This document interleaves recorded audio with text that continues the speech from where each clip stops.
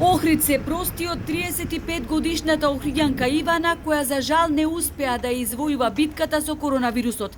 Кога требаше да живее со полни гради, таа замина. Ивана почина на 17 овој месец, на пат кон Скопскиот клинички центар. Но тој ден, на списокот во Министерството за здравство секојдневно го објавува, младата охриѓанка ја немаше на листата на починатите. И тоа не е единствен случај. Не се евидентирани и други пациенти кои починале во овие 2 дена.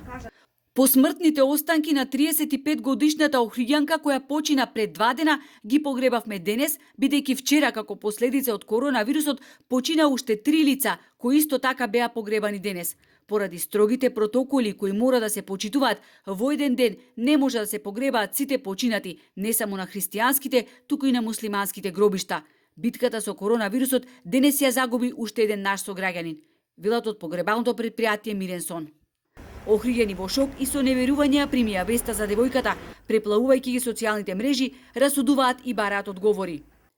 Замислете, ковид центар во Охрид без ни еден респиратор. Можно ли е? Во услови на пандемија како оваа, во болницата немало респиратор. И млада девојка која патем не се најде на ниедна листа на починати го изгуби животот. Општата болница во Охрид има респиратори, вели директорот кој зборуваше за случајот со младата девојка.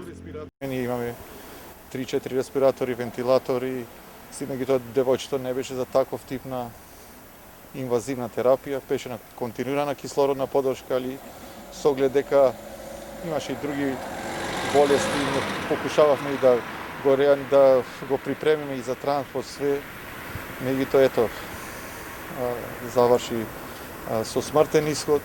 Во моментот во Охридската болница се хоспитализирани 104 пациенти, од нив 40 се на кислородна поддршка, а 10 се со тешка клиничка слика. Она што загрижува, вели Балев, е фактот што заразата се шири се повеќе меѓу младите лица, дополнувајќи дека последните кои почина овие неколку дена се на возраст од 35 до 49 години.